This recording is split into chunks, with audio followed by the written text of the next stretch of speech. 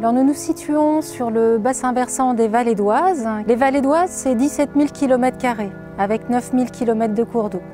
C'est un territoire qui connaît effectivement des phénomènes d'inondation.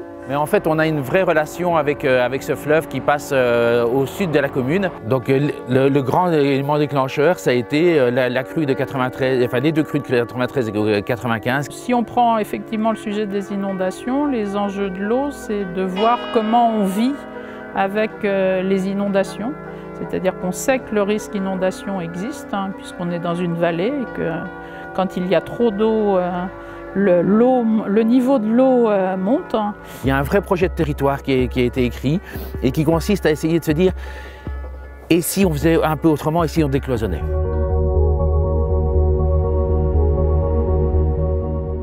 Le site de Longueuil-Sainte-Marie, c'est 15 millions de mètres cubes de stockage d'eau excédentaire. Ils ont donc ces ouvrages comme impact de laminer l'onde de crue, de faire en sorte qu'elle s'étale sur une délai un peu plus importante, de manière à ce que l'impact sur les zones vulnérables et les zones urbanisées soit plus faible. Le site de Longueuil-Sainte-Marie et d'ailleurs le site de Proisy, c'est à peu près entre 9 et 10 millions d'investissements qui ont été réalisés.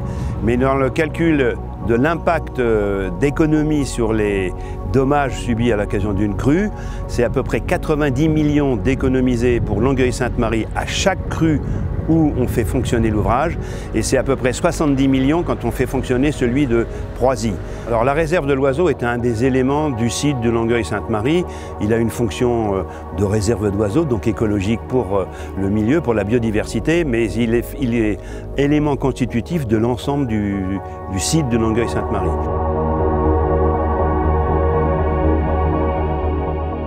Les solutions fondées sur la nature s'axent sur une gestion, sur une restauration, une prise en compte des écosystèmes. Elles permettent d'apporter de nombreux services écosystémiques, c'est-à-dire qu'elles sont un bénéfice pour la préservation de l'environnement, pour la gestion du risque inondation, pour le développement de territoires patrimoniaux intéressants et également peuvent être une source de revenus économiques locales. Là, vous voyez, c'est l'Oise qui se déverse dans les prairies du côté dans le département de l'Aisne. Il y a un énorme champ d'expansion de crues qui fait pratiquement son plus large 5 km.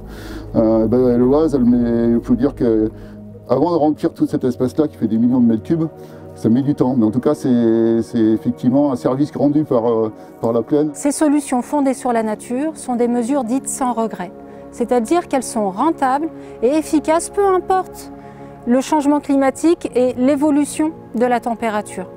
Il faut également développer davantage des projets d'aménagement plus résilients pour pouvoir s'adapter à ces conditions qui deviennent effectivement un peu plus extrêmes.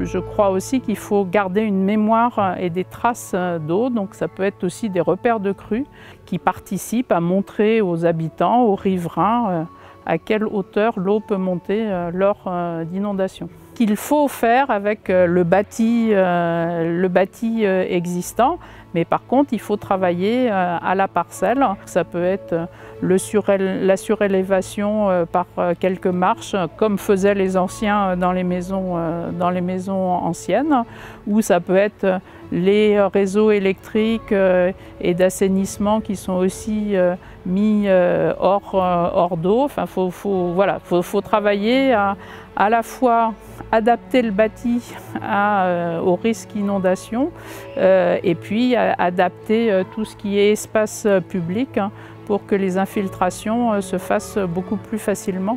Et lorsque l'on a par exemple une opération de rénovation de quartier ou finalement un changement parcellaire, se poser la question de la vocation de ces parcelles et de pouvoir le faire en ayant eu une concertation large sur les territoires.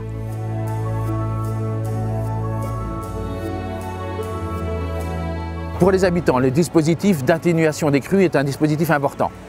Mais il impacte assez peu Longueuil-Sainte-Marie parce que nos habitants sont assez peu concernés dans la tranche d'inondation. Donc ça impacte une dizaine de maisons ou guère plus que cela. À l'inverse, ça impacte la vallée d'une manière générale. On va faire en sorte que les élus comprennent que cette solidarité, elle est importante.